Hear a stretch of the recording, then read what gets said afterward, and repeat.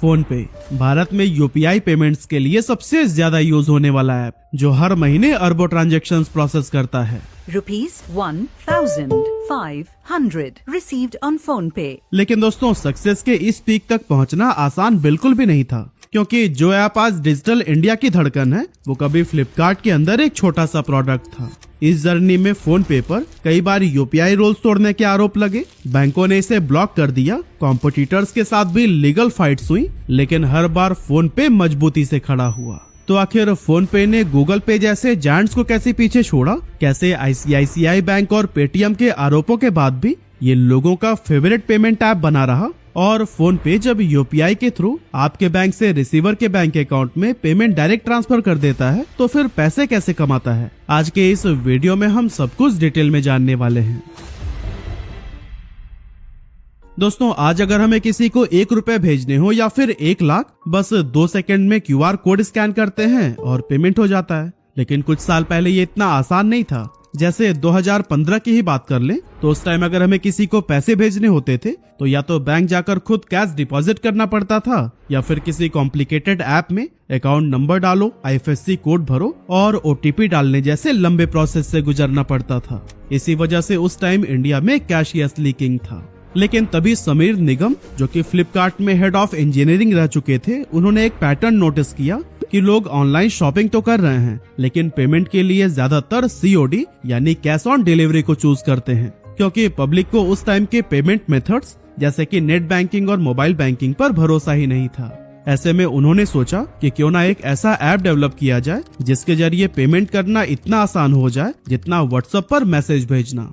उन्होंने अपने इस थॉट को अपने 2 दोस्तों राहुल चारी और बुर्जिन इंजीनियर के साथ में शेयर किया। बेसिकली राहुल चारी उनके साथ फ्लिपकार्ट में ही काम करते थे, जबकि बुर्जिन इंजीनियर उस वक्त यूएस में जॉब कर रहे थे। दोनों को समीर का विजन और आइडिया काफी पसंद आया और वो उनके साथ मिलकर पेमेंट्स को सिंपल, फास्ट और यूजर फ्रेंडली बनाने में लग गए। हालांकि शुरुआत आसान नहीं थी, क्योंकि उनके पास ना कोई बड़ा ऑफिस था और ना ही कोई हैवी फंडिंग। इसके बावजूद वो लगे रहे और खुद ही ऐप का कोड लिखना शुरू कर दिया। इस जर्नी में बुर्जिन बैकएंड संभाल रहे थे, राहुल सिस्टम डिजाइन बना रहे थे और समीर प्रोडक्ट विजन और यूजर एक्सपीरियंस पर फोकस कर रहे थे। इस तरह से दिसंबर 2015 में उन्होंने अपनी कंपनी को रजिस्टर किया, जिसका नाम रखा गया फोन पे। अब दोस्तों, उस टाइम पर फ्लिपकार्ट के पास कुछ पुराने पेमेंट सिस्टम्स थे, जैसे कि FX Mart और PayZip, लेकिन वो बिल्कुल भी स्मूथ और रिलायबल नहीं थे। इसीलिए कंपनी को अपने ई-कॉमर्स प्लेटफॉर्म के लिए एक बेहतर और यूजर फ्रेंडली पेमेंट सोल्यूशन की तलाश थी। ऐसे में जब फ्लिपकार्ट को पता चला कि उनके 2 एक्स एम्प्लॉयज एक नया पेमेंट ऐप बना रहे हैं, तो फिर उन्होंने इंटरेस्ट दिखाना शुरू कर दिया। और फिर फाउंडर्स से डिटेल में आइडिया सुनने के बाद उन्हें फोन पे काफी प्रॉमिसिंग लगा। इसीलिए अप्रैल 2016 में फोन पे ऐप ऑफिशियली लॉन्च होने से पहले ही फ्लिपकार्ट ने इसे एक्वायर कर लिया था। और फिर फ्लिपकार्ट के साथ आने के बाद फोन पे को सिर्फ फाइनेंशियल सपोर्ट ही नहीं, बल्कि ब्रांड का ट्रस्ट भी मिला, क्योंकि लोग फ्लिपकार्ट के नाम पर भरोसा करते थे। लेकिन दोस्तों, असली गेम चेंजर तो तब आया जब इसी महीने की ही 11 तारीख को एनपीसीआई ने यूपीआई लॉन्च कर दिया, जिसने पूरे इंडिया की पेमेंट फिलॉसफी ही बदल दी। क्योंकि अब यूजर सिर्फ मोबाइल नंबर या वर्चुअल आईडी से सीधे बैंक अकाउंट्स के बीच इंस्टेंट मनी ट्रांसफर कर सकते थे, वो भी बिना कार्ड, बिना आईएफएससी और बिना बैंक विजिट की। अब दोस्तों, तीनों फाउंडर्स को पहले से ही पता था कि यूपीआई ही इंडिया का फ्यूचर बनने वाला है, और इस पेमेंट सिस्टम को उन्होंने फोन पे पर इंटीग्रेट करने की प्लानिंग भी कर रखी थी। लेकिन अगर आप सोच रहे हैं कि यूपीआई लॉन्च के पहले इन्हें कैसे पता चल गया इस पेमेंट सिस्टम के बारे में, तो दोस्तों आपको क्लियर करते चलें कि एनपीसीआई ने यूपीआई पर काम 2014-15 में ही शुरू कर दिया था, और 2016 में पब्लिक लॉन्च से पहले ही कई सारी कंपनीज को इसके बारे में लिमिटेड इंफॉर्मेशन मिल चुकी थी। हालांकि यूपीआई पेमेंट्स को फोन पे पर इंटीग्रेट करना इतना आसान साबित नहीं हुआ, क्योंकि उस समय ज्यादातर बैंक्स थर्ड पार्टी एप्स पर भरोसा ही नहीं करते थे। इसीलिए ज्यादातर ने तो साफ कह दिया कि हम किसी बाहरी ऐप को इंटीग्रेट ही नहीं करेंगे। लेकिन दोस्तों, फिर भी फोन पे की टीम ने हार नहीं मानी। मीटिंग्स पर मीटिंग्स, प्रेजेंटेशंस, डेमोज, हर तरह का दरवाजा खटखटाया, और फिर आखिरकार उनकी मेहनत रंग लाई। अगस्त 2016 में फोन पे ने यस बैंक के साथ में पार्टनरशिप कर ली, जिसके बाद फोन पे ने पहली बार पब्लिक के लिए अपनी UPI based mobile payment app launch कर दी। और कमाल की बात पता है, फोन पे भारत की पहली ऐप थी जो खुद बैंक नहीं थी, फिर भी एनपीसीआई से डायरेक्ट जुड़कर यूपीआई पेमेंट्स करा रही थी। इसके साथ ही फ्लिपकार्ट ने फोन पे को अपने शॉपिंग प्लेटफॉर्म से भी इंटीग्रेट कर दिया ताकि फ्लिपकार्ट पर शॉपिंग करने वाले सीधे फोन पे ऐप से पेमेंट कर सके। इस स्टेप से दोनों को फायदा हुआ। फ्लिपकार्ट को स्मूथ पेमेंट सिस्टम मिल गया और फोन पे को लाखों नए यूजर्स मिल गए। ऐसे में ये पार्टनरशिप दोनों के लिए एक विन विन डील बन गई। फोन पे की वजह से यूजर्स को पहली बार ये फ्रीडम मिली कि वो सिर्फ अपने मोबाइल नंबर या वीपीए यानी कि वर्चुअल पेमेंट एड्रेस से पैसे भेज सके, जो कि इंस्टेंट होने के साथ साथ सेफ भी था। लेकिन दोस्तों, किसी को भी नहीं पता था कि कुछ ही महीनों बाद देश एक ऐसा कदम उठाने वाला है जो फोन पे जैसी कंपनीज की किस्मत पूरी तरह से बदल देगा।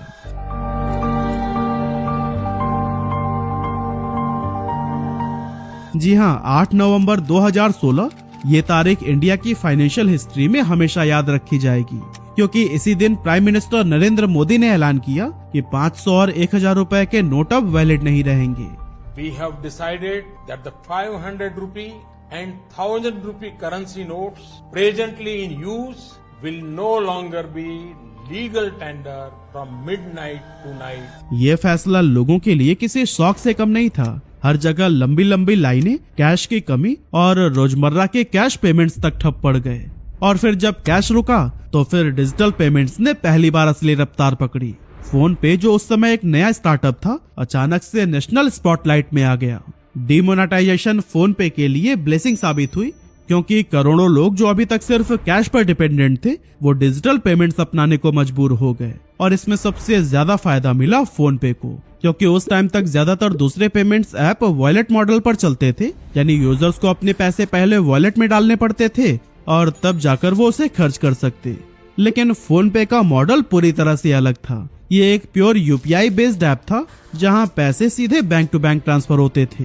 इसी वजह से फोन पे अपने कॉम्पिटिटर्स जैसे कि पेटीएम से अलग पहचान बनाने में कामयाब हो गया। लेकिन अलग कैसे?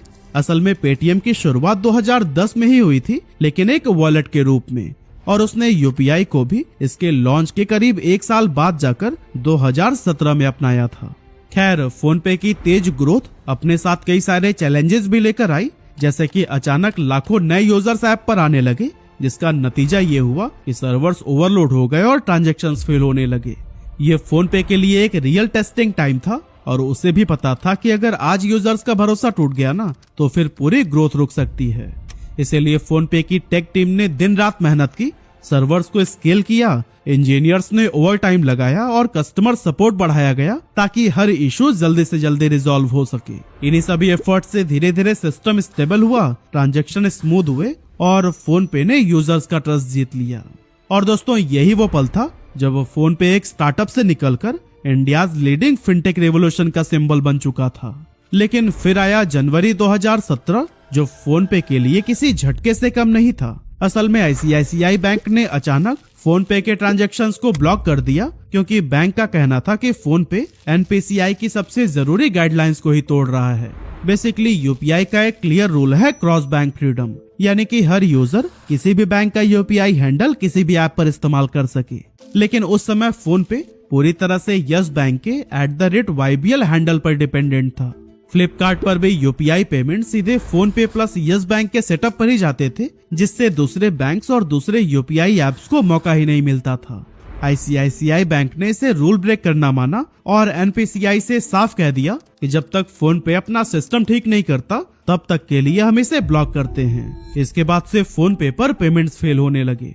मार्केट में तो लोगों ने यह तक कहना शुरू कर दिया कि फोन पे अब बंद हो जाएगा, जिससे बहुत सारे दुकानदार पेटीएम पर स्विच करने लगे। बेसिकली फोन पे के लिए ये सबसे मुश्किल वक्त था। लेकिन फिर भी फोन पे की टीम ने नॉन स्टॉप काम किया और आखिरकार फरवरी 2017 तक फिर से अपने सिस्टम को स्टेबलाइज कर लिया। लेकिन दोस्तों, अब फोन पे सिर्फ पेमेंट्स तक सीमित नहीं रहना चाहता था, इसीलिए उसने धीरे धीरे एक कंप्लीट फाइनेंशियल इकोसिस्टम बनाना शुरू कर दिया। कंपनी ने नए फीचर्स और कैटेगरीज जोड़ी, जैसे credit card bill payments, gift cards और हजारों ऑनलाइन और ऑफलाइन मर्चेंट्स को इंटीग्रेट किया गया। अब यूजर्स फोन पे से movie tickets, food delivery, medicine, groceries और ट्रेवल बुकिंग सब कुछ कर सकते थे। इतना ही नहीं, फोन पे ने एक और गेम चेंजिंग इनोवेशन करते हुए दुनिया का सबसे सस्ता पीओएस लॉन्च कर दिया, जिसकी कीमत रखी गई थी सिर्फ 699 रुपए। ताकि भारत के लाखों लोकल शॉपकीपर्स डिजिटल इकोनॉमी से जुड़कर देश को कैशलेस बनाने में अपना योगदान दे सके। 2017 के टाइम में फोन पे इंडिया का फास्टेस्ट ग्रोइंग यूपीआई प्लेटफॉर्म बन चुका था, जहां नवंबर 2017 में इसने हर दिन 1 मिलियन से भी ज्यादा पेमेंट प्रोसेस किए, यानी हर 24 घंटे में ही 100 करोड़ रुपए से ज्यादा का लेन देन। सिर्फ इतना ही नहीं, फोन पे का टोटल पेमेंट वॉल्यूम अब सालाना 40,000 करोड़ रुपए को क्रॉस कर चुका था। इतनी तेज ग्रोथ भारत के डिजिटल पेमेंट्स के इतिहास में पहली बार देखने को मिली थी।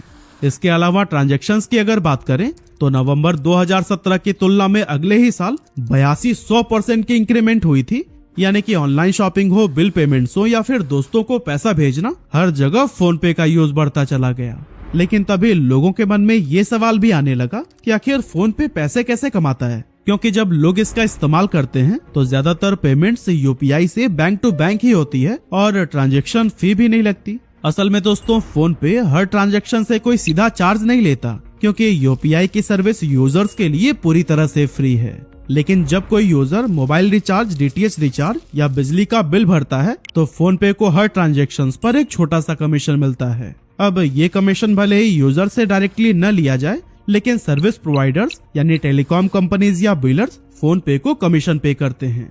इसके अलावा जब यूजर्स फोन पे के जरिए म्यूचुअल फंड्स, इंश्योरेंस पॉलिसीज या डिजिटल गोल्ड में इन्वेस्ट करते हैं तो वहां से भी उसे ब्रोकरेज और डिस्ट्रीब्यूशन कमीशन मिलता है। साथ ही बड़े मर्चेंट्स जैसे स्विगी, जोमेटो, बिग बाजार, मिंत्रा और ओला भी फोन पे के साथ टाई अप करके रखते हैं, और जब यूजर्स इन प्लेटफॉर्म पर भी फोन पे से पेमेंट करते हैं तो फिर फोन पे को वहां से भी ट्रांजैक्शन फी या इंटीग्रेशन फी मिलती है। इसके अलावा दुकानदारों के लिए जो QR based payment system phone पे ने बनाया है, उससे भी कंपनी को फायदा होता है। यानी फोन पे सिर्फ एक पेमेंट ऐप नहीं रह गया था, बल्कि ये एक ऐसा कंप्लीट फाइनेंशियल इकोसिस्टम बन गया था जहां रोजमर्रा के खर्चों से लेकर लॉन्ग टर्म इन्वेस्टमेंट सब कुछ एक ही जगह पर किया जा सकता था। यही वजह थी कि 2017 के एंड तक 5.5 करोड़ से ज्यादा इंडियंस ने इस ऐप को डाउनलोड कर लिया था। लेकिन दोस्तों, जैसे जैसे फोन पे की पॉपुलैरिटी बढ़ रही थी, वैसे ही कंपटीशन भी काफी तेज होता जा रहा था, क्योंकि 17 अगस्त 2017 को गूगल ने अपने पेमेंट ऐप गूगल तेज को लॉन्च कर दिया था, जो कि बाद में गूगल पे बना। अब गूगल के पास सबसे ज्यादा रिसोर्सेज, ट्रस्ट और ब्रांड वैल्यू थी, जिससे मार्केट में एक नई रेस शुरू हो गई। गूगल ने कैशबैक देकर यूजर्स को अट्रैक्ट करने की कोशिश की, वहीं पेटीएम पहले से ही मार्केट में स्ट्रॉन्ग होल्ड रखता था। उसके पास बड़ा यूजर बेस, कैशबैक ऑफर्स और वॉलेट सिस्टम का एडवांटेज था। ऐसे में फोन पे को दोनों तरफ से टफ चैलेंज मिल रहा था। लेकिन इस दौरान फोन पे की टीम ने इनोवेशन, यूजर ट्रस्ट और पार्टनरशिप पर फोकस किया। हर महीने नए फीचर्स लाए, यूजर्स को ऑफर और रिवॉर्ड्स दिए, साथ ही तेजी से छोटे शहरों और दुकानों तक अपनी पहुंच बढ़ाई। इसके लिए कई सारे बेहतरीन एड कैंपेन चलाए गए, जिनमें लोगों को यूपीआई और डिजिटल पेमेंट से जोड़ने पर जोर दिया गया। साथ ही लोगों को ये बताने पर फोकस किया गया कि फोन पे से पैसे भेजना, बिल भरना, शॉपिंग, परिवार या दोस्तों के बीच छोटे मोटे रोजमर्रा के लेन देन करना कितना आसान और सुरक्षित है। इन एड्स ने डिजिटल पेमेंट को पहली बार आम लोगों की जिंदगी का हिस्सा बनाया, जिससे फोन पे धीरे धीरे हर घर तक पहुंच गया।